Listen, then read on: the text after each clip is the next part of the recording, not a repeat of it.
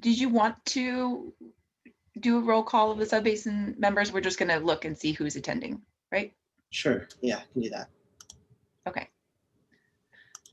Right. So with that, I call the January 27th, 2021 Funding Mechanisms Workshop, which is a joint special meeting of the East Side, Forebay, Langley, Monterey, and Upper Valley Sub-Basin Committees to order. And just as a reminder for those on the phone, please use *9 to raise your hand and *6 to unmute yourself. And Harry's just going to look and take note of the sub-basin committee members who are present. And then if there is a quorum, then we will generate notes for the meeting. And at this point, I will see if there's any general public comment.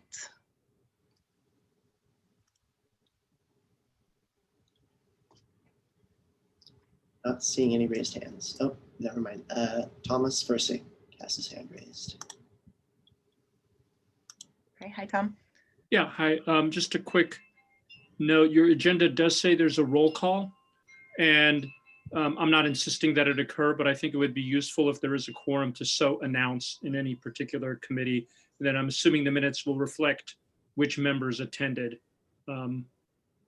Anyway, I'm not demanding any specific thing be done, but I think that will make it more useful and more transparent. Thank you. Okay, Les, can you advise? Do we need to run through? Yeah, I think if Mr. Versick makes a good point. I think for any committee for which there is a quorum, that should be announced and indicate who the members are that are present. Okay, do we need to do that now, or can we give Harry a few minutes to? I think we can give Harry a few minutes to see who's there. Okay, great. We'll circle back with you, Harry, then. Okay. Okay. Any other comments? Not seeing any other raised hands. Okay. So moving into our scheduled item, this is a funding mechanisms workshop. It will be recorded and available on our website after the workshop. And I'm going to share my screen and let Donna Myers introduce today's content.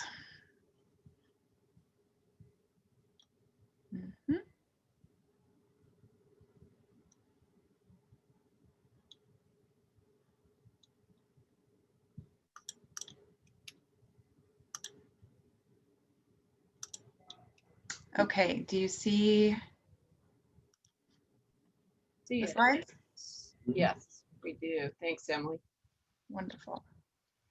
Well, good morning, everybody. Thank you for joining. I'm sure many of you probably went through the storm last night, like most of us. So thanks for getting involved and into the workshop today. So I'm just going to introduce this morning the workshop and cover a few items, and then we have 3 speakers today. So it'll be myself, Les Gerard, and our team member from Westwater. So basically what we're looking to do today, is to provide a really broad look at financing mechanisms so that the sub-basin planning committees can really understand how we will look at implementation funding needs and develop a strategic funding approach.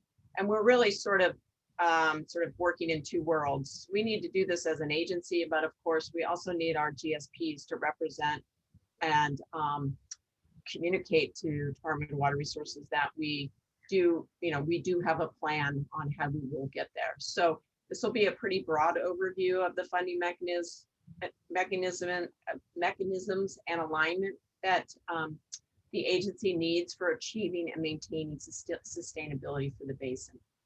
I'll briefly explain our existing fee and what we use that for. I'll take a look very briefly at state and federal programs. We could do an entire workshop on those, but I think we're at a unique time with regards to state and federal funding, mostly because of economic stimulus needs And so we could be looking at some real opportunities in the next several years because of the recession-related economic stimulus that may be coming out of state and federal agencies. I'll then turn it over to Les, and he's going to review really the legal mechanisms that we have available for funding. And then, as I mentioned, I'll be turning it over to Bryce from Westwater, who is an expert. Westwater we've brought on as a team member for this phase of our GSP planning work for their expertise in developing funding strategies for GSA and really looking at implementation specifically. And Westwater will be part of our team all the way through the end of the GSP development, so that they can really be part of thinking through and informing the GSP implementation chapter, but also just in general, looking ahead at implementation funding strategy. I do want to just recognize that you guys are very much as sub-basin planning members, and even others who are attending today, that we're in the middle of our planning process.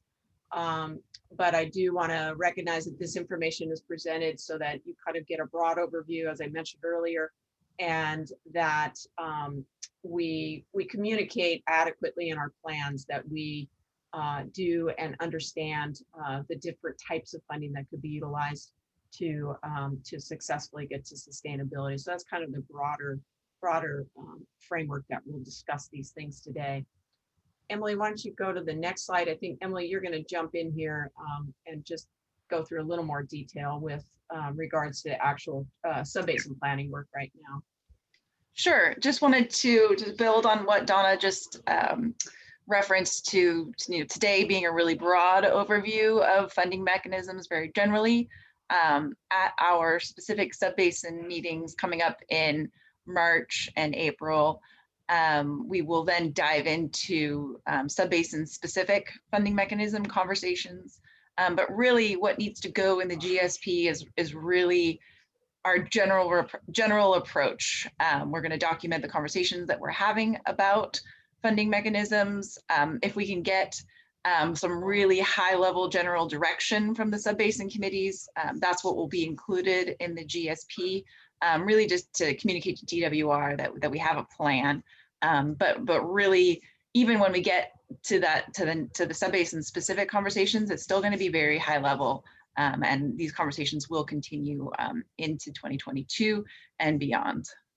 Ultimately, the decision will be made by the GSA board, but just wanted to give you sort of that context for our timeline here today. So we are going to be talking about this for the next few years, and this is just our first conversation today. Okay, I'm going to go into a little bit about our sustainability fee that the agency adopted in March of 2019. And this was really step one for not only the GSPs, but really the agency's sustainability as well. So really a joint goal with regards to conducting the fee study and then completing the adoption of what we call the groundwater sustainability fee. We are able to do this because it is allowed as a regulatory fee per the SGMA Act, and it's adopted pursuant to the California Constitution. We have broken our fee really into two types of payees. We have an agricultural fee, which is applied to each parcel of real property bearing an APN that includes irrigated irrigated acres. And those acres are charged a fee of $4.79 per irrigated acre per year. Then we have a connection fee, which is charged to small water systems. And that fee is $2.26 per connection per year. And then we have that same fee, the $2.26 per connection per year, is also applied to each parcel of real property with a connection to a public water system. And so we collect those by invoicing both the small water and public systems. And we plan for and will assume as an agency that the fees will incrementally increase as the GSA begins to operationalize its work towards sustainability of the subbasins. And we want to just acknowledge that as we set our fees and we do fee study or rate studies in the coming years, that we do acknowledge that many of our stakeholders do pay other fees. And so we're always sort of trying to understand the impact to the stakeholders and making sure that when we do our fee studies that and our rate studies that we are looking at the needs of the agency, but also recognizing other obligations for our stakeholders. Next slide.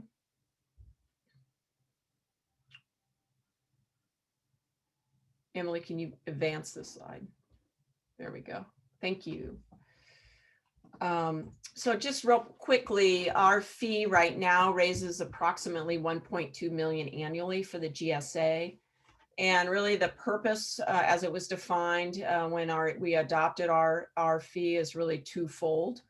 To keep and maintain, funds that are available for our agency to maintain that local control and accountability for groundwater management. And by doing so, we hope to serve our community and our stakeholders by avoiding any kind of state intervention in groundwater sustainability, which we all know would result in the imposition of very high fees, most likely. So by sustaining our agency and making having this operational capacity, we can complete our GSP planning, we can plan for implementation, we can work towards MOUs with our partner agencies, we can go after grants and all the different types of things that we need to do. So really the use of the fee is really focused again on the operational administrative costs of running the GSA. We do have some hard costs with regard to that. Those include monitoring and annual reporting. Those are required as the GSPs are finalized. We also fund the preparation and updates of the groundwater sustainability plans. And we've done that with the 18400, which is the completed plan we've done, and now our 5 GSP planning efforts. By combining our operational fee with state grants, and those have been through both Proposition 1 and Proposition 68. So we're able to use our funds as match, which makes us competitive for the grants, bringing almost over $5 million of planning money into the county and using that primarily for doing our planning work. We're also allowed as an agency to fund a prudent reserve through our fee. And our board will be discussing a reserve policy towards the end of this fiscal year or early into next fiscal year. So that will be something that we define for our stakeholders as we move forward, what a prudent reserve for the agency should be. And then the next slide. So just to, again, helping you understand what we do, how our fee is affecting our immediate needs as an agency, but then also really looking at that next set of work that we know is ahead of us in terms of really planning, funding, and securing the groundwater future that we're all working towards through our planning efforts. One of the main tools that we will use as an agency and will be important for us to be very strategic about will be looking at both state and federal grants and loans. And we'll be doing a little bit more work on this.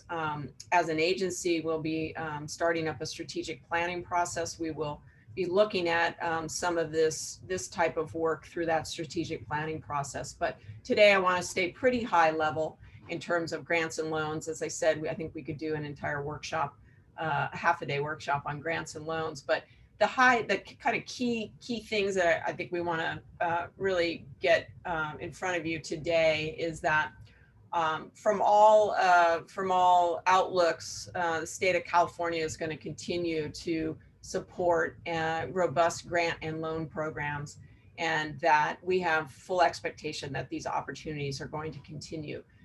There's current legislation, both in the budget through the governor, and also we expect the legislature to potentially put together either a climate or a water bond as part of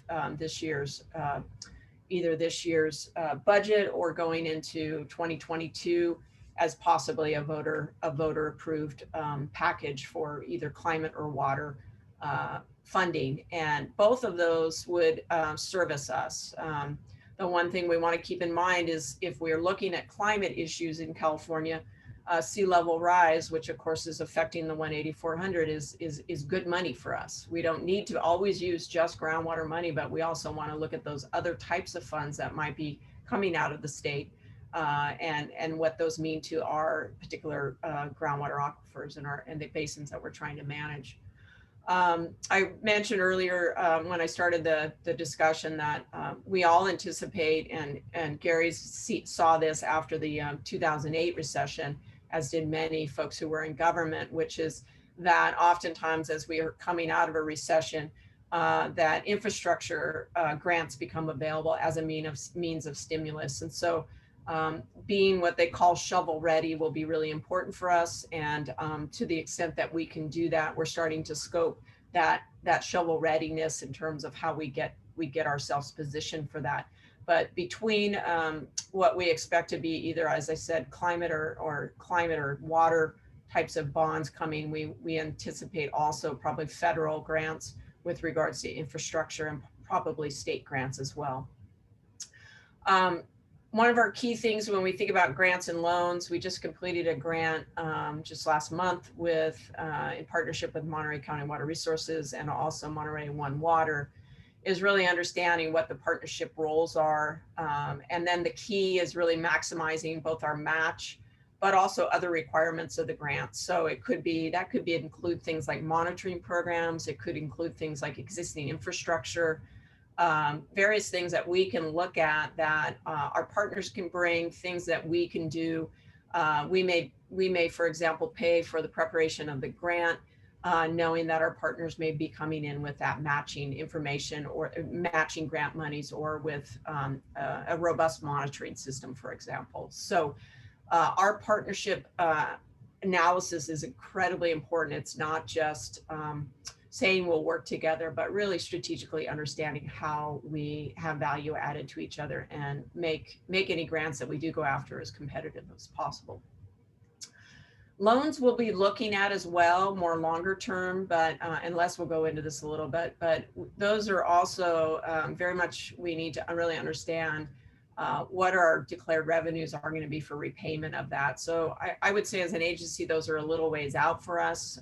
Again, we're in a planning process right now, very much in a planning phase, but we will look at those types of things in the future. And there are some long time state loans that we could be looking at for some of our work. Finally, the staff team, and you'll see this sort of influencing your GSP planning work, we'll be working towards developing a funding plan in consultation with our project team and our consultants to really look at all opportunities. And that will really focus on sub-basin level initially, but ultimately will become part of an agency-wide plan. And next slide, please. So I'm going to pass this over to Les now. Happy to answer questions at the end, but just wanted to give you that higher level in terms of what we're looking at in terms of grants and loans, and then also how our fee fits into what we're doing as an agency. So I'll turn this over to Les. He's going to go over legal authority for funding mechanisms for the agency. Thank you, Donna. Good morning, everybody. My presentation is going to be an extremely high level. We could spend hours talking about the ability of local government entities to raise revenue. And I recognize there are probably a lot of people in the meeting, the workshop, that know an awful lot about what I'm about to talk about. So I just want to keep this at a pretty high level. So what I'm going to talk about is the ability of the GSA to raise revenue. And there'll be some discussion on how those revenues can be used. But I'm not going to get into bonded indebtedness, for example. Westwater will talk a little bit about that.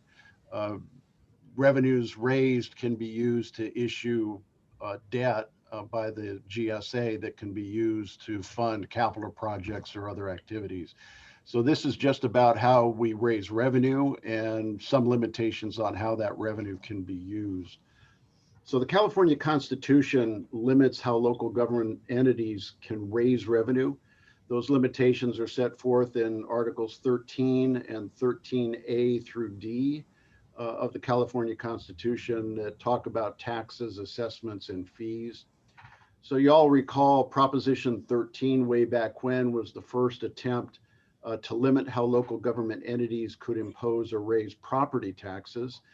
As local governments got creative and found ways to get around the language of Prop 13, there followed Props 218 and 26, which put very specific limitations on how local governments could go about raising revenue for themselves. Next slide, Emily.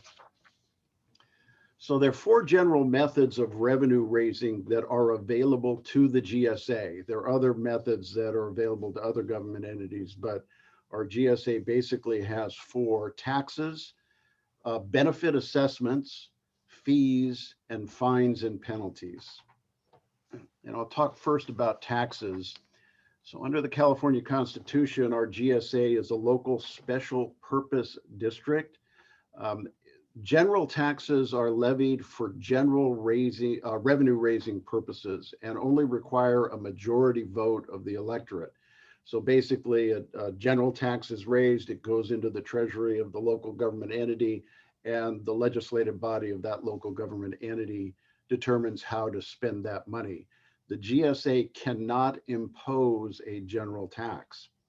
Special taxes are levied for specific purposes and may be used for those specific purposes only.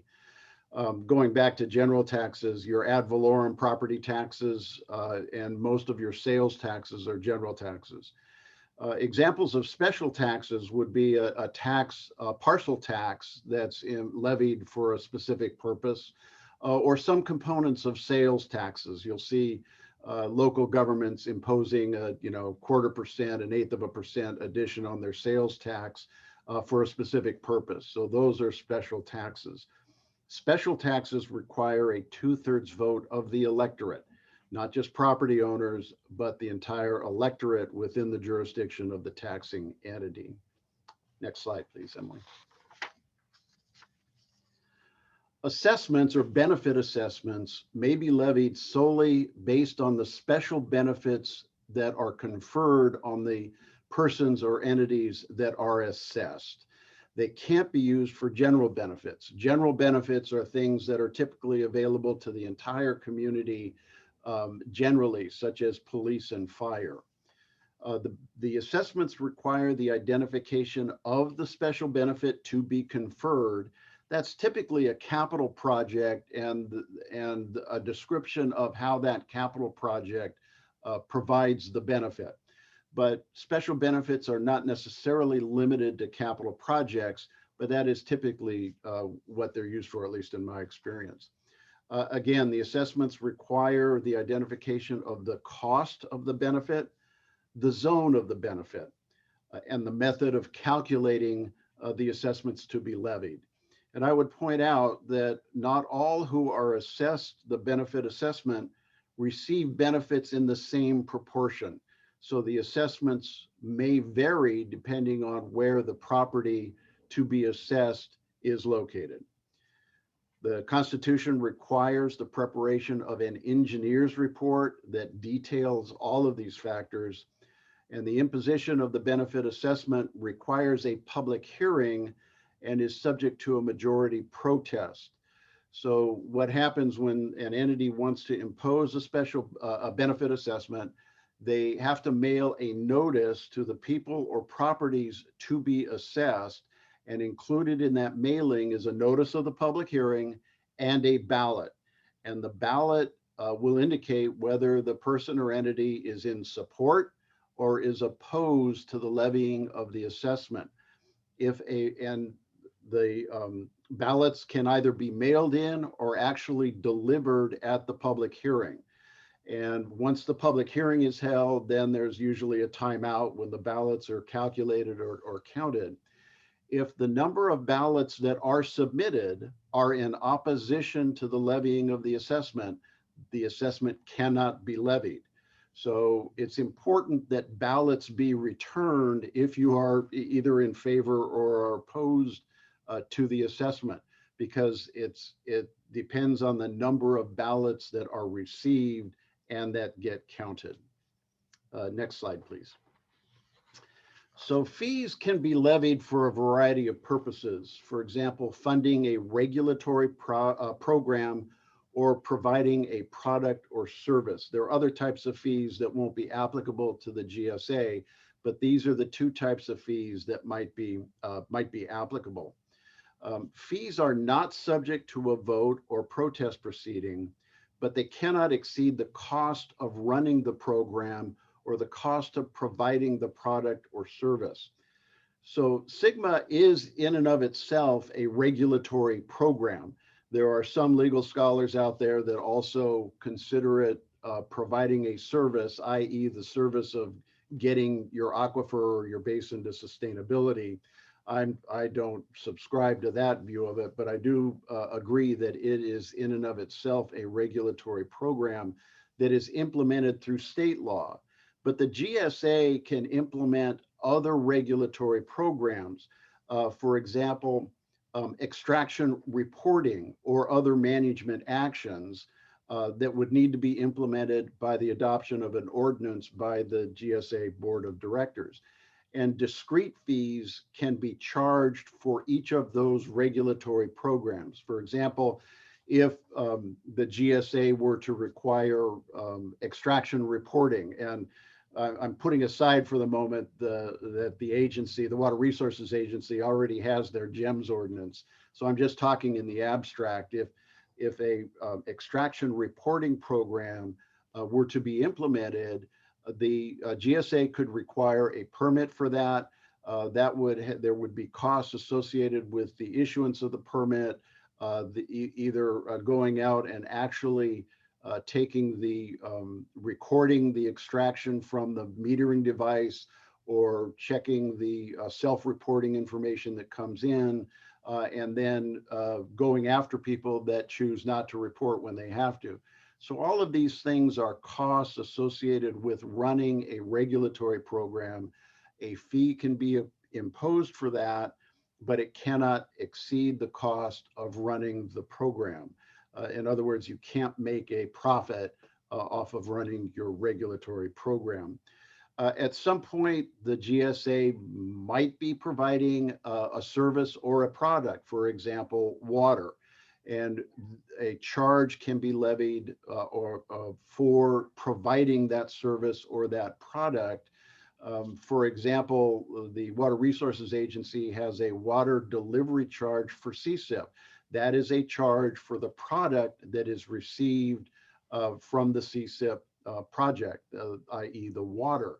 There is an assessment that is levied that pays for the capital project that basically operates within CSIP. So the product charge is different than the benefit assessment charge, as an example. Next slide, please.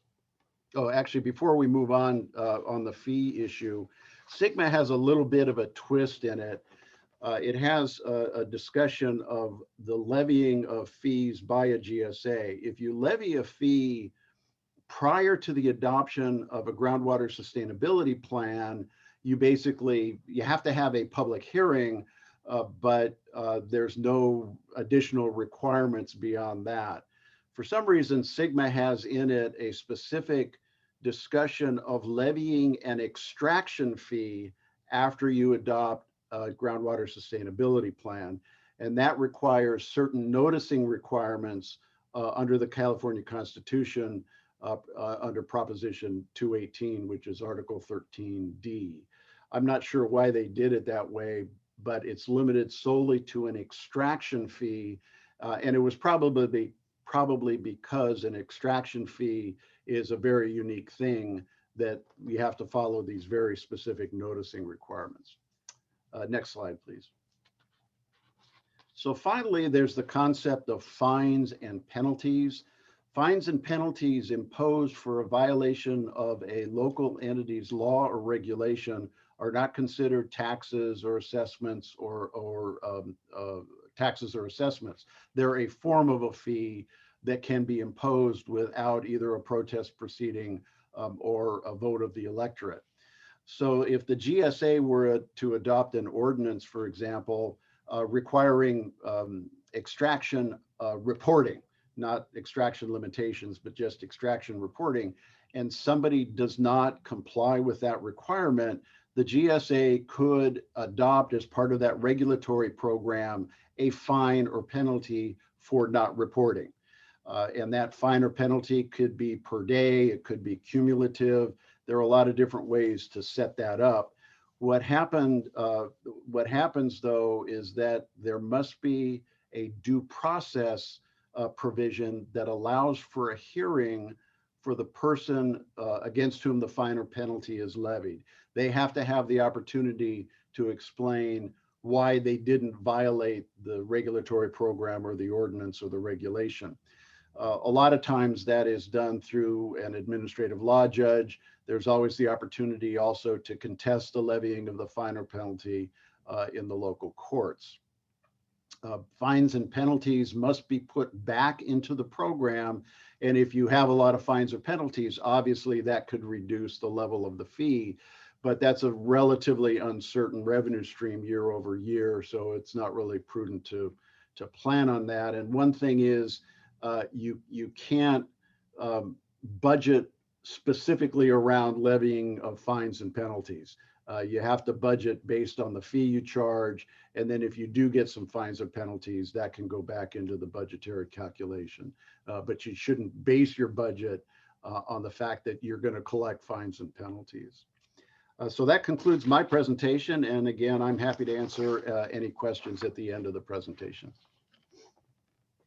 Thank you so much, Les. I'd like to pause here and just hear back from Harry about our quorum or not.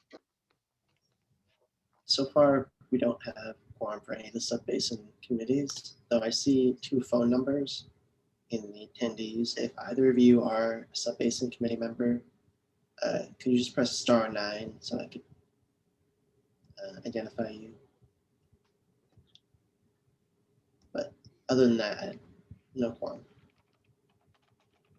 Steve McIntyre has raised his hand. Go ahead, Steve.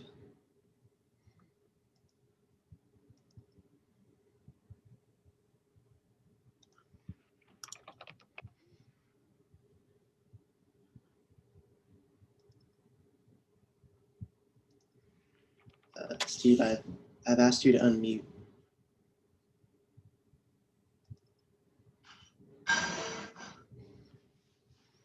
Can you hear me now, Harry? Mm-hmm. Thank Yes, you. we can hear you.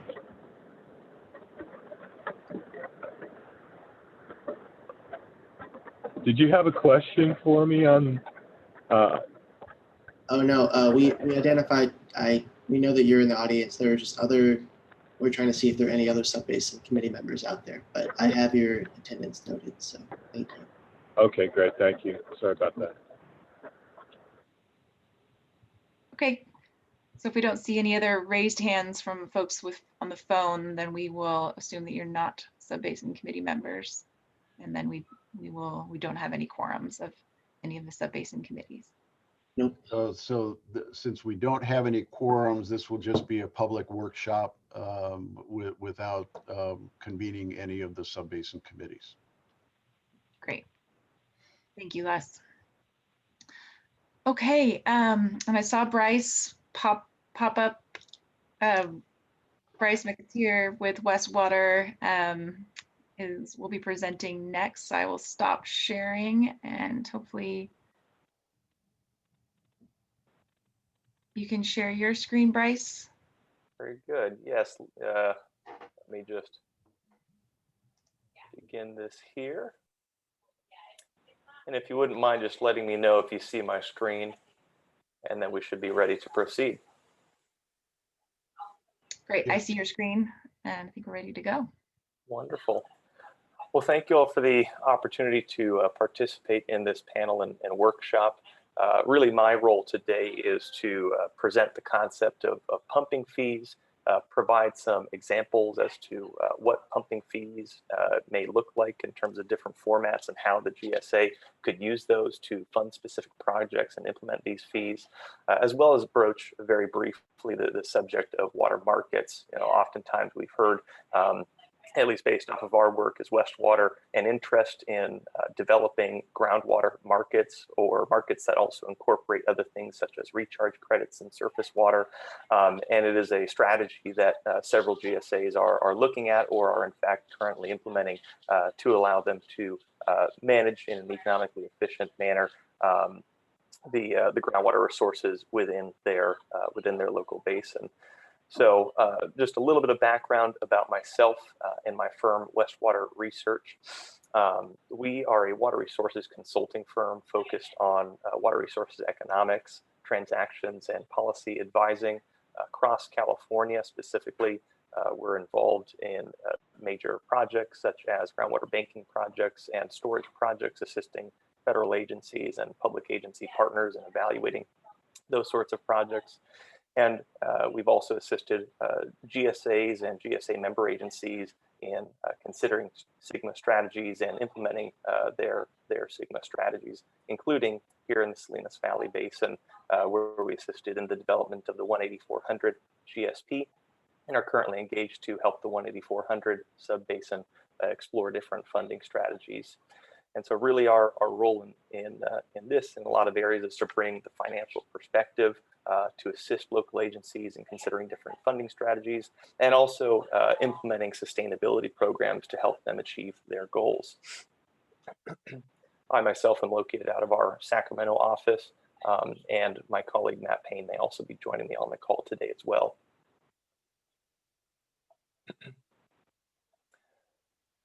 So as I get into the topic of funding and pumping fees, really I wanted to start with a couple of key topics. The first is the need for funding. And so when we start this conversation about pumping fees, it's really important to sort of get a solid foundation and answer the question, why are we talking about pumping fees? Why might these be needed? And why is the GSA exploring this in its sub-basins as it considers its SGMA future? Next, once we've kind of addressed that question, I'd like to talk about different groundwater pumping fee approaches. Really, my conversation today is going to be focused on groundwater pumping fees very specifically. Donna and Les presented some other funding approaches and strategies that GSAs can consider. And so I'm sort of focusing in on this topic of groundwater pumping fees and approaches and why that's important. And then I'll be introducing very briefly, again, the subject of water markets. Each of these topics could probably deserve their own workshop and then some. So I'm trying to keep it very high level to introduce these and allow for the sub-basin committees, perhaps when they reconvene, if there are additional questions or topics to consider, the opportunity to continue to discuss those. So as we begin, this question presents itself, what needs to be funded? When we're talking about the GSA and SGMA, there are a number of different items that need to be funded, and each GSA is going to have to develop its own funding strategy. And that funding strategy needs to address how will it be funding its agency staff and support, such as consultants and advisors? How will it be funding studies and future investigations? How will it be funding projects and programs, which arguably are going to be one of the most cost-intensive parts of implementing SGMA? And then finally, how will we be funding monitoring and data collection, which is extremely important. And in all the GSAs that we've worked with, continuing to improve their local monitoring and data collection is a critical component of their SGMA strategy to ensure that they continue to enhance their understanding of their local basin and basin conditions and can continue to cater their sustainability efforts accordingly. As I mentioned earlier, projects are likely to require the largest degree of future funding due to their scope and size. In many cases, and many of you have already begun to discuss forms of projects and management actions that your local basins may be implementing, but these can be pretty cost intensive. They may be large capital projects, they may be large programs, they may be supporting things such as urban retrofits or municipal conservation. So I've provided a few examples of just what I've seen in different GSPs and among other GSAs as the forms of projects and programs that folks may be considering as they look to achieve sustainability within each of their local basins. Now, importantly, and the reason why I'm focusing in on local fees, pumping fees today, is because local fees and assessments are really a prerequisite to other outside sources of funding and other outside sources of financing. While there are a number of different sources such as grants, bonds, and even opportunities such as public-private partnerships, each of these typically, if not exclusively, is contingent upon the local agency itself or the GSA itself having funding to either match or service or provide future payments to these different in partnership and collaboration with these different sources. So for example, if the GSA is looking to issue bonds, the GSA is going to have revenue to service those bonds, and investors are unlikely to lend at reasonable interest rates unless specific revenue sources have been identified for payment. In the case of grants, it's very, very common for grants to require an agency cost share. And so the GSA wouldn't be able to share those costs unless it has revenues available to fund a portion of those project costs. And then finally, for public-private partnerships, again, somewhat of an uncommon but increasingly interesting form of funding, and something that a lot of local agencies are looking into. Private partners may be able to manage or fund a portion or the totality of a project up front, but they're doing that with the expectation of future payments. And so these PPPs or public-private partnerships are really only viable if a specific source of funding for a payment has been identified by the GSA. And so as we start to develop a funding strategy and start to think through these fees and assessments, I'd like to sort of conceptualize this within an example flow chart of how a GSA may be thinking through these things. And I think this is what the Salinas Valley Basin GSA is doing right now. But really starting during this period of GSP development, we start with this initial question of what's the issue, or what's the scope and the scale of the problem that we're trying to resolve. And those problems may be very local in nature. It may be specific to an individual subbasin. It may be specific to a total region. It may be a result of a need for more supply or reduced demand, or something related to groundwater quality. But we begin with asking that question of what are we trying to solve? And then next, as we move into stakeholder representation, who's being impacted by this? And as we begin to think through potential solutions, how do we represent, how do we involve specific stakeholders who, at the end of the day, one will be impacted by the solution that we choose and will be benefiting from that solution, but may also be participants in bearing some of the cost of that solution. And then as you near sort of the end of the GSP development, most GSPs are not going to have an extremely detailed feasibility study that analyzes each and every option, but we begin assessing what are the options that are available to address this problem, and what are the costs of those options. And then following GSP development, we enter that phase of iterative development, refining what those solutions may be, making sure that stakeholders are aware of those solutions, and then implementing those solutions and making sure that we have funding secured for those solutions. So really, this is kind of the step-by-step process that I would anticipate as folks move through the identification of really what are we trying to solve, what are the opportunities available to us, what are the different projects that are there, how can we refine those, what are the costs, and then how do we fund the implementation of these projects and continue on towards achieving sustainability and our Sigma goals. I'd like to take a little bit more of a local focus here. In the 18400 aquifer, we participated along with the Salinas Valley Basin staff and consultant team in developing that GSP. And that GSP contemplated a potential funding strategy for not only funding its projects and management actions, but also incentivizing efficient groundwater use. And that program is called the Water Charges Framework, or the WCF. And in short, what it is a tiered system of groundwater pumping allowances with associated fees that would be used to fund local projects and management actions. Now, what it's not, and something I'd like to stress, is that it's not an enforced limitation of pumping. As GSAs think through allowance or allocation strategies for groundwater, there are some that may be taking a more sort of enforcement limitation type of approach. The water charges framework really is again a pumping allowance program that is not an enforced limitation, but rather uses a tiered system of fees to fund projects and management actions, but may also enable things such as a water market. I'll get into that a little bit later. But really, a water charges framework, the benefits of this is that, one, it provides a source of funding for other SGMA activities, including supply acquisition. It allows for groundwater users to make individual financial decisions. It incentivizes water management innovation. It identifies a glide path towards sustainable pumping. It also encourages groundwater pumping productions. And so, approaches like this are relatively common. There are different names that other GSAs have used, but I think that this approach is going to be very successful for many GSAs in funding their projects and managing their groundwater demands in their local areas. And we've even seen comments come back from the state on some GSPs, from the State Water Resource Control Board, highlighting approaches like this as what they believe to be successful approaches.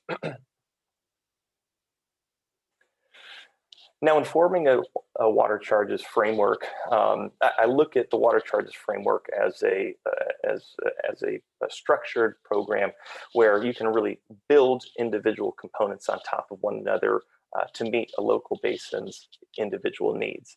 And at the very core of the water charges framework is the pumping fee, a use-based fee that's associated with groundwater pumping and is used to fund SGMA projects and management actions. And for some basins, that may be really the extent or the limit of the water charges framework, or perhaps it is for a period of time. But then building on top of that, there's the opportunity to build in allowances. And so this would be on top of those pumping fees, defining a distribution of specific volumes of water that are permitted for use on an individual basis. So in that chart that was presented in the slide earlier, different tiers of fees and penalties that sort of allocate a distribution of water to individual users and identify what their allowance for use is, and identifying supplemental charges or penalties for going over that allowance. Now, to increase the flexibility of a water charges framework, and this is kind of where we get into water markets, you can further layer on top of this the development of a water market, which would incorporate rules and enable for the transfer of those allocated allowance among eligible entities. And to have a water market and to allow for a water market to exist, those pumping fees and those allowances are a prerequisite. And of course, identifying scarcity in the market and the excludability and transferability of the allowance asset is a prerequisite to enabling a market. And so these fees and these allowances and these markets can be at a regional scale, they can be basin-wide, or they can even be specific to individual management areas.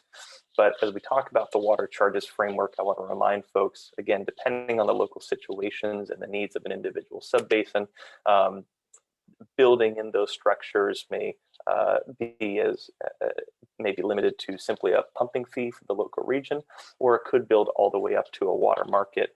But each of those next steps requires the prerequisite step in order to proceed. Now, what are the benefits and challenges of these different water charges framework options? So we'll start with the pumping fee. The benefits, first and foremost, is that there are a variety of approaches clearly available within the GSA's authority to implement a pumping fee. Pumping fees are relatively simple to implement, as there's no allocation or need to identify how are we going to distribute the allowances of water supplies among different eligible users in a basin or within a particular area.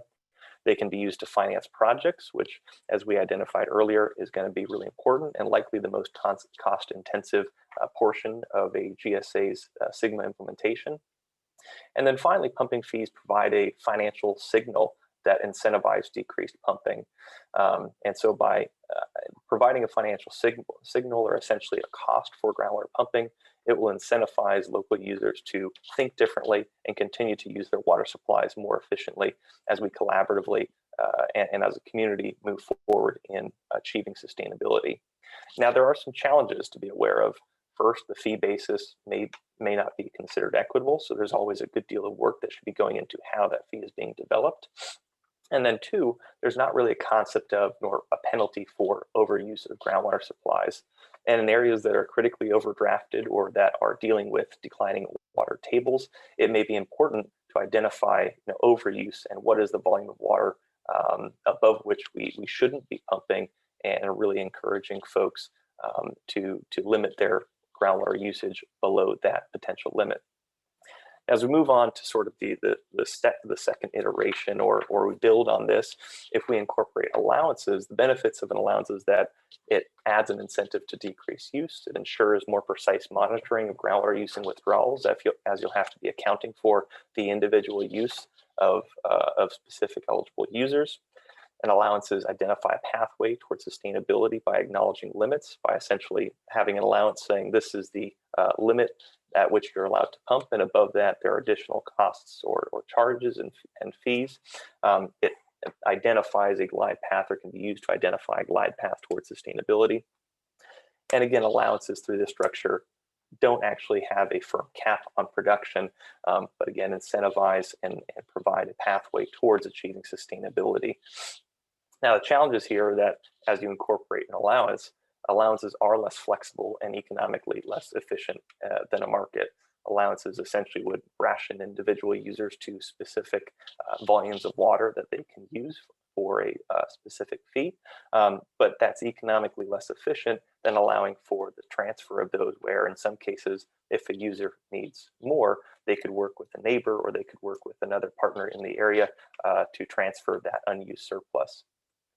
Now, in developing allowances, another challenge is the different allocation approaches that have to be considered, and different allocation approaches will always create different winners and losers. And so local communities need to think through the importance of this issue, think through what meets their community's needs.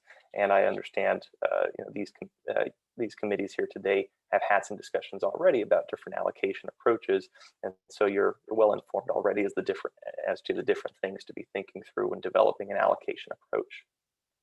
Now, also, as you develop an allowance, sufficient monitoring and accounting systems are needed, and each of those comes with its pros and cons. If we're talking about perhaps agricultural production, there are agencies looking at remote evapotranspiration sensing as their method of monitoring.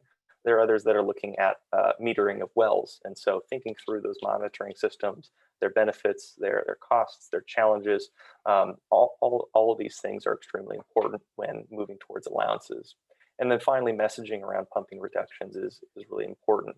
As a community moves towards a place of identifying scarcity in their groundwater supply and developing these allowances, it's important to message correctly and to ensure that the community is informed as to kind of what's going on and how this process is moving forward.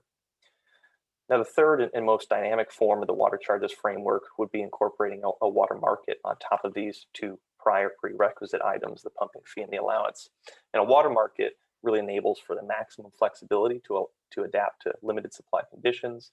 It develops essentially a new asset or water asset that can be managed to ease the financial impacts of SGMA, which is extremely important in some areas where critical overdraft is, again, an overriding issue, and it's anticipated that demand management is a required part of the sustainability strategy. And then finally, water markets can encourage development of local supply projects. As folks seek to develop local water supplies, many agencies have been developing recharge policies or recharge credits, which again encourage local investment in water supply projects to enhance the supplies of the basin and again assist the local area in achieving sustainability. Now, the challenges of water market, each of these things comes with a challenge, includes the administrative infrastructure and the policies that have to be worked through to develop this. There may be potential physical impacts that require proper mitigation strategies. So if we allow for the transfer of these allowances, how do we identify potential physical impacts and mitigate for those? And then finally, how do we balance adaptive management with reasonable levels of future certainty? One of the important things when developing a market is that as you've created a new asset, it's important to provide certainty. And I think this is something that many folks in the community would agree with, But as you provide that level of certainty of here's the amount of water that we can pump, here's the amount of water that I can use and manage for my business or for my vineyards or for my lettuce fields, it's important to balance that certainty for the future with also adaptive management. So as we learn more about the basin, if we learn that perhaps the sustainable yield is higher or lower, how do we incorporate that into our rules and into the allocation of allowances to individual users? So a couple of example scenarios, again, each of these matching up with their prior examples. As a GSA thinks through implementing a water charges framework or pumping fees, how might this occur? So, for example, there may be a situation where a subbasin has historically pumped more than the sustainable yield only in drought conditions, and so there are drought-induced impacts that have to be addressed.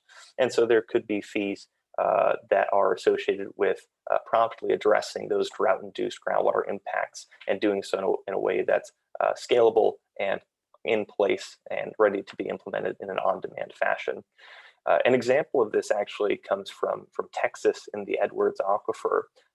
They have what's called the VISPO program, or the voluntary irrigation suspension program, where the local authority there enrolls growers and pay them a standby fee to participate in this. And if certain conditions are met, then they will pay them a forbearance fee that allows them to, again, manage against drought-related impacts to their local water system.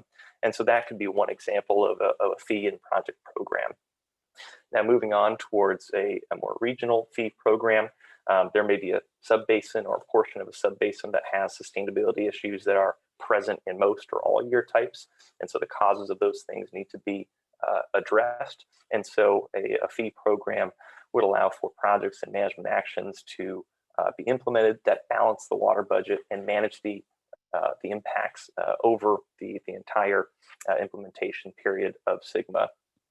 And then finally, as we move on to the example of a water market, there may be a subbasin that has structural groundwater deficits, aka in all year types or for a very long time they have been in overdraft, and the stakeholders are seeking more flexibility and certainty in addressing those sustainability factors.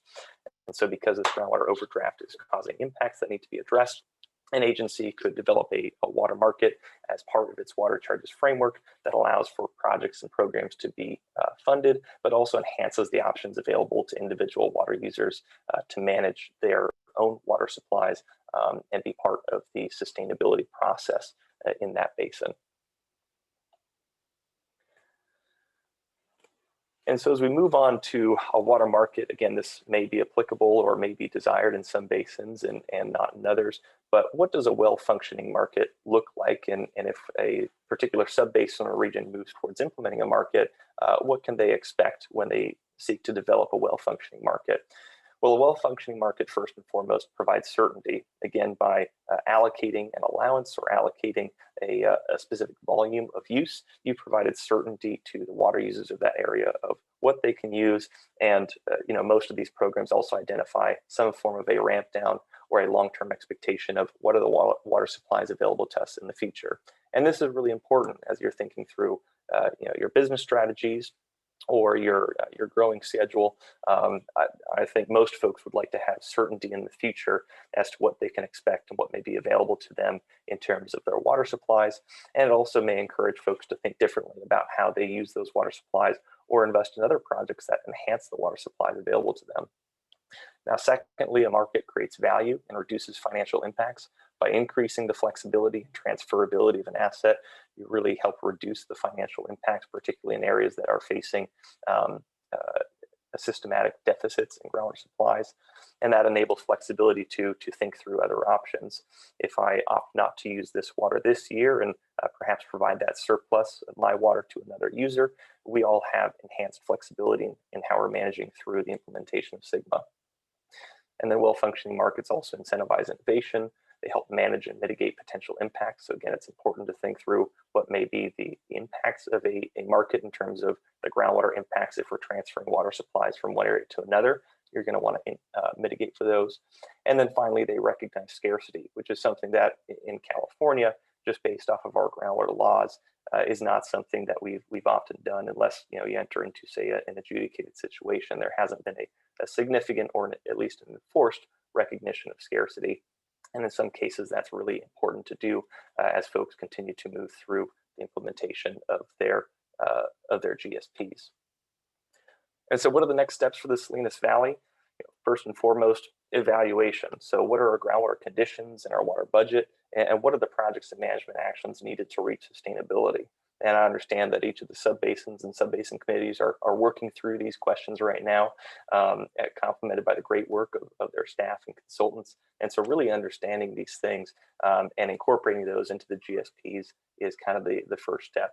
And next, as we recognize these, understood our water budgets, and understood the projects and management actions that might be necessary, the next step is discussing implementation. So how are we going to do this? When are we going to do this? What's the timeline? How will it be accomplished? And then finally, keeping the view of the Salinas Valley as a whole in view, the final step is integration. There are plenty of projects that can benefit multiple basins or that can be implemented in a collaborative manner. So really looking for those opportunities to reduce costs and benefit the Salinas Valley as a whole is going to be really important. And how can we help benefit stakeholders in a way that enables regional participation in programs where in some cases, a market may be applicable and a market could be used in more than one subbasin or more than one areas within the Salinas Valley. So that really concludes my my portion of the presentation. I look forward to your questions and the discussion, and I'll hand it back off to Emily. Thank you, Bryce. So let's see, I think if you stop sharing, then we'll be able to see everybody. There we go. Hello, everybody. So now we will look for comments and questions from the panelists or members of the public. I see Norm Groot.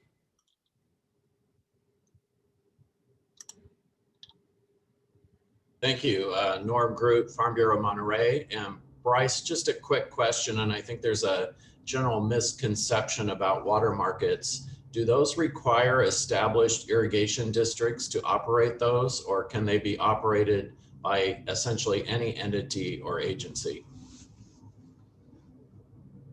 Yeah, that's a great question. In terms of a water market and perhaps really focusing in on the context of SGMA, a GSA could be the entity that develops the water market or the framework for a water market.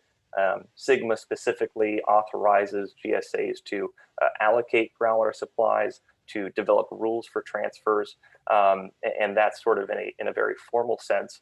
Of course, the market for water is something that individual folks outside of this may be participating in already. For example, by working with a neighbor to say, hey, I have some extra supplies this year, or you'd like to participate in using some of the water from my well. And that in a way is a market transaction, but it's not necessarily within perhaps the formal program that's been discussed here today.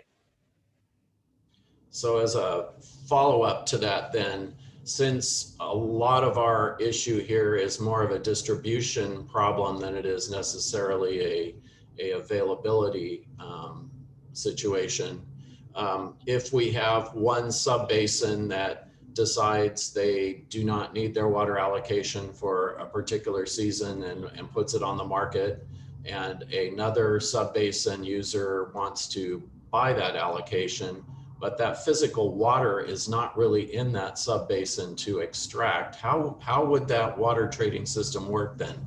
Would we have to divide it up into areas where there are water availability and water availability is not so much available in some subbasins? How would a water market work in that instance? Yeah, that's a really great question. I mean, and I think foundationally when talking about a groundwater market, it's important to consider the realities of the water supplies or the water assets that you're dealing with. So if there's not a hydrologic connection, or perhaps that hydrologic connection is not very strong, then there has to be some consideration about how far can a molecule or an allowance of water move within a market region. And so in some areas, they may conceptualize perhaps different management areas, and you have a, an exchange ratio that says if you're moving water from here to here, you'll get maybe 75% of that, because we have to mitigate for and acknowledge that there could be undesirable impacts if we're simply transferring the production of that water from one area to another where that hydrologic connection is not as strong. Now, there may also be rules and things that could be developed, such as a groundwater export, where if that's not going to be moving below the ground, there could be rules for on the surface moving that water up, out, and over to another area. But of course, this gets into the details of implementing a market, and so I don't want to go too far into those things. But those are a couple of different opportunities and ways to think about it. Great, thank you very much. Thank you. Thank you for your questions, Norm. I see Nancy Isaacson. Hi, good morning, Nancy Isaacson for the Salinas Valley Water Coalition. We'd submitted, and thank you all. I think it's a very good presentation. Appreciate the information. The coalition had submitted comments on the 18400 GSP when you discussed this during that planning stage. So I just want to reiterate some of them because and we also subsequently have surveyed our members, and I would say 90% of our members do not support a water marketing. None of them, 100%, don't support a pumping allocation. So it's, difficult, but we strongly believe that these types of things should be discussed and implemented on a sub-basin approach. Again, having reiterate that we do not support a water market or pumping allocations, but we also believe that if you do go forward, that for a water charges framework, that you should seek voter approval for either through Prop 26 or Prop 218. And that's because more than likely these will be funding projects, management actions that should be subject to voter approval. And, pumping fees are really going to be difficult to implement as well, and particularly on a tiered basis, as was mentioned. Sometimes, a person, if they can pay a penalty, they'll afford to pay a penalty, but they'll continue to pump because it's more important for them to pump. And so are you really providing a solution there? And again, looking at it on, the Upper Valley and the Forebay, for the most part, are sustainable as is. And so this doesn't seem like it would be something that would be appropriate to implement in those areas. But again, basin-wide, the Salinas Valley Water Coalition just is very concerned and doesn't support the water marketing approach. Thank you. Great, thank you for your comment, Nancy. I see Mariki Desmond. Hi, yes, Marika Desmond with the Salinas Basin Water Alliance. My question is about how the water market would work with the county's proposed restrictions on water sharing across parcels. And I'm curious to know how the county's authority might overlap, intersect, or be subject to the GSA's jurisdiction. Would love some thoughts on that. I know the restrictions have been proposed as part of the 1508 ordinance revisions. I would love to hear your thoughts on that.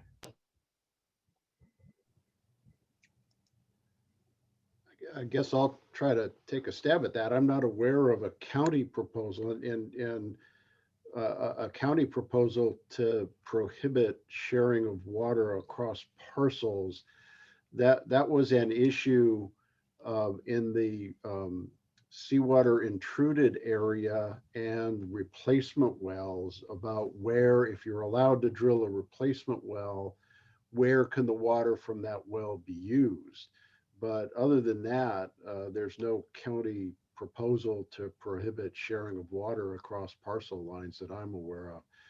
So the intersection of the authority of the county and the Water Resources Agency and the GSA is an interesting discussion. They each have very similar powers in many respects, but different powers in other respects. And which one would control is an interesting issue that may need to be addressed at some point. But given that the agency and the county are members of the JPA, which is the Salinas Valley Basin Groundwater Sustainability Agency, I would hope that there's a consensus to be built with respect to the exercise of those powers.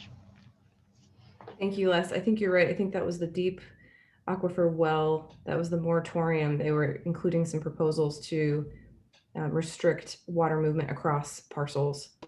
Right. It had to be, the proposal wasn't necessarily across parcels, but the replacement well water had to be used at the same location as the well being replaced. It couldn't be used on a different field, I think, is what they were talking about. But that was that, those changes to Chapter 1508 have not been adopted, so we're still trying to sort through that. So would I be correct in understanding that changes to the 1508 would be consistent with the GSA's proposals and recommendations? The changes to 1508 are still in flux, so I'm not prepared to say whether they are or they aren't yet. Absolutely. Thank you. See, Thomas Versick has his hand raised. Thank you, Tom Versick speaking here. And I think Mr. Groot's questions were really were very useful. But let me take a much more broad question. And first, I want to say that I'm not any kind of foe of water markets. I've had some experience with them in some other contexts. But I am genuinely having difficulty wrapping my mind around a water market in a basin where the pumping is within the sustainable yield. I mean, it's a terribly broad question. Maybe it's not even a question, but that's something that's challenging for me to try to understand how that would work. My experience with water markets, practical and just theoretical, is in places where there was a deficit, some kind of a deficit for some reason, physical, regulatory, whatever, legal, whatever it happened to be. So is there something you could tell me that would help me understand how a water market could work, not to say it should, but could work in a basin that in fact pumps within its sustainable yield? Thank you. Bryce? Take that one. Yeah, happy to do so. So I mean, in terms of a water market, more so focused on water allowances, what occurs when you allocate the available use of groundwater supplies is that can occur both in situations of structural deficit, but there may also be basins that want to incorporate that as part of their sustainability strategy so that they can plan ahead for the future and allow for additional flexibility among their groundwater users. For example, a groundwater basin may not be in deficit today, or perhaps those deficits are very periodic, so perhaps influenced by periods of drought. And so depending on the structure and the rules and what a basin may be attempting to manage, then a water market definitely is an important tool to encourage and enhance flexibility. If there's new production or new growth in a certain area that increases groundwater pumping, there may be a desire for those groundwater users or those developers or whoever they may be to have certainty around their use of water supplies. And so as part of this long-term sustainability strategy that a GSA is developing, incorporating allowances and the ability to transfer those allowances may be one way of affording flexibility to their users and ensuring long-term planning is in place. So that may be sort of a situation, and the conditions of sustainability and may be something that we continue to learn more about, again, either as conditions change or as our data is updated and enhanced. We may learn more about our basin or even specific areas in our basin where a market may be applicable or something that local water users desire to enhance their flexible use of water supplies in that area.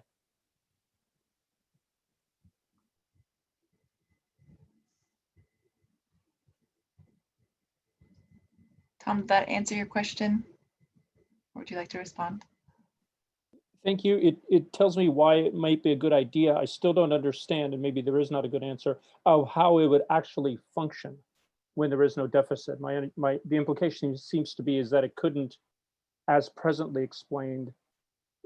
I can't understand how it would actually work if there was no deficit or specific reason. If everyone had enough water, let me just put it this way, if everyone had enough water within whatever the geographic area is, I just don't understand how a market could ever work. It would seem to be all theory and no practical. This is not to say it's bad or should not be planned for or should not be evaluated. It just, I don't see it being implemented under those conditions. Thank you. Okay. Chris Bunn. Thank you. Bryce, it sounds like all three components of the approach you presented live and die on comprehensive metering and really precise data. So that's more of a comment, not really a question. But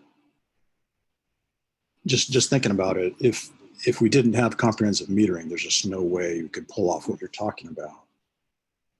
And then the real question, second part is, when you're talking about a water market in the valley, would that extend to the GSA itself being able to purchase water, say, and bank it underground or overground storage? Under Sigma, the GSA has the authority to acquire water supplies. So yes.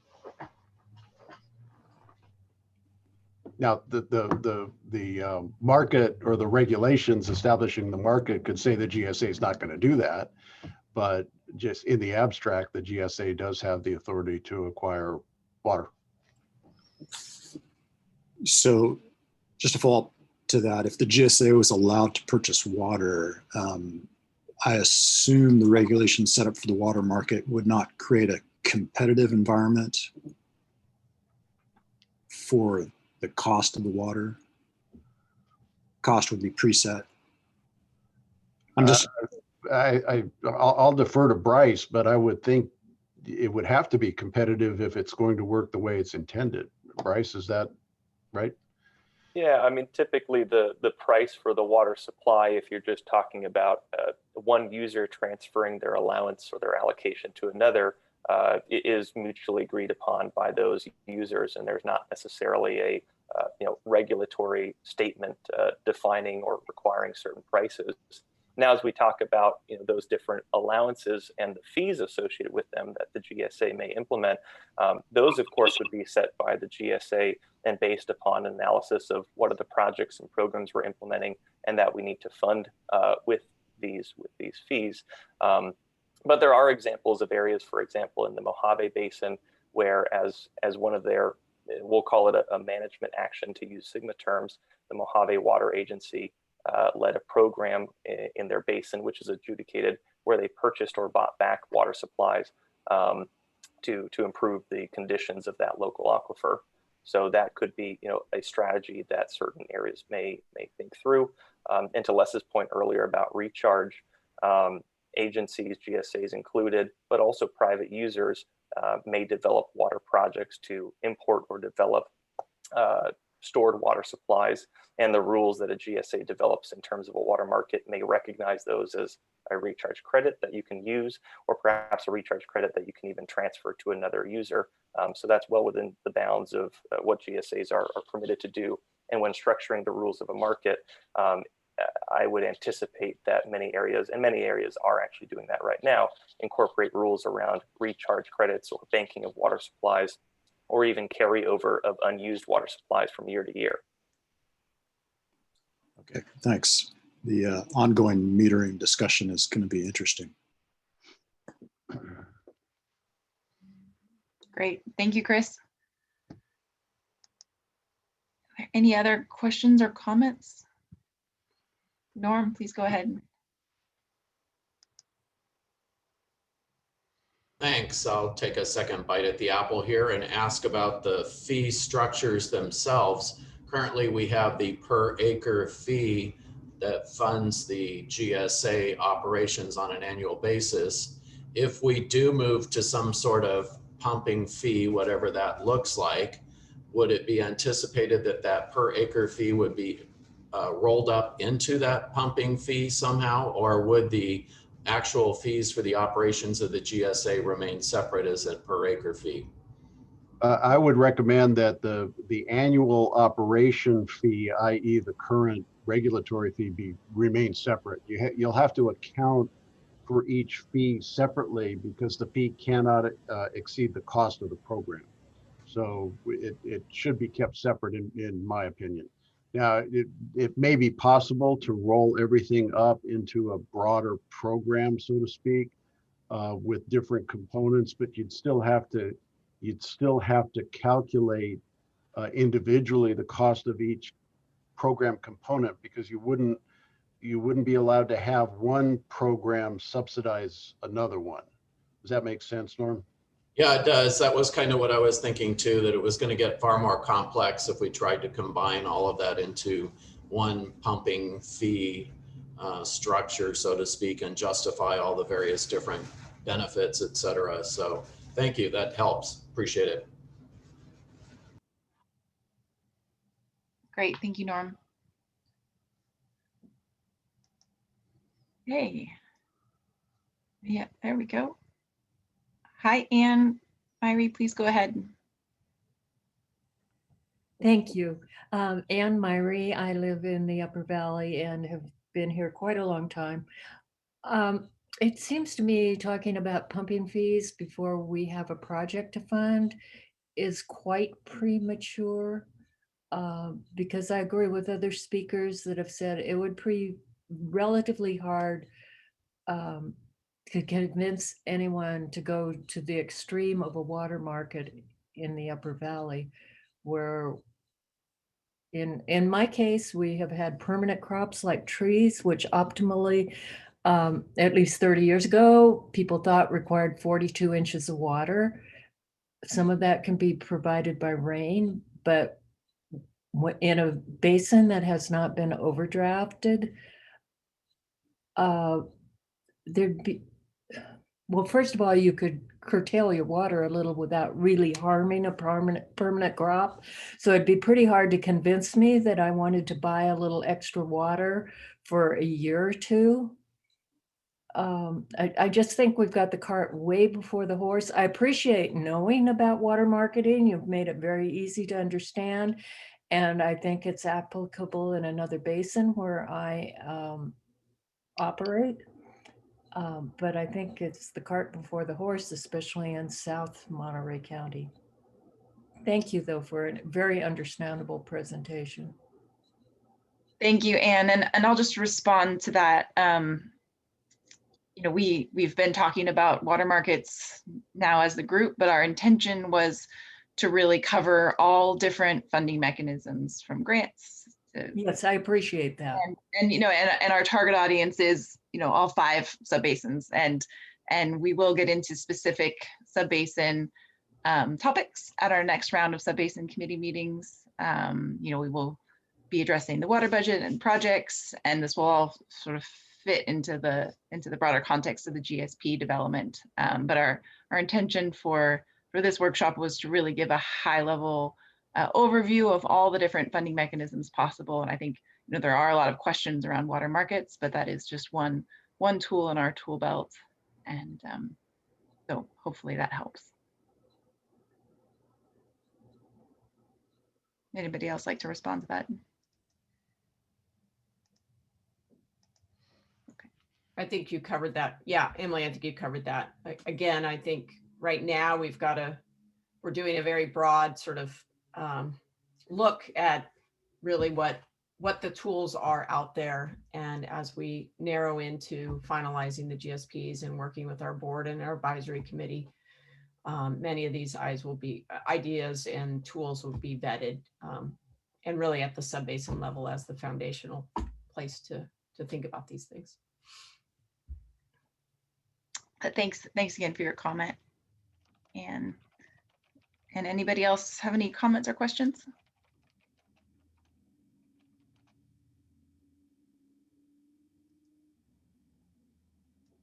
Okay. And before we move on to just our last few agenda items, I want to give a big thank you to Bryce and Donna and Les for presenting today. Really appreciate your time. I think it makes our subsequent sub-basin committee meetings just really, we're sort of jumping off into these conversations from a place of knowledge and understanding. So thank you. Emily, since we don't have any quorum for a sub-basin committee, I don't think you need to go through, what would normally be committee Okay, agenda items. great. Okay, well then I will skip that part. Thank you, Les, and I'll just go ahead and adjourn the meeting, and everybody please stay safe out there in this weather, and hopefully nobody's impacted by long-term power outages or anything else. So Thanks for coming, everyone. Appreciate it. Thank you. Thank you. Thank you all. Bye. Bye. Thank you.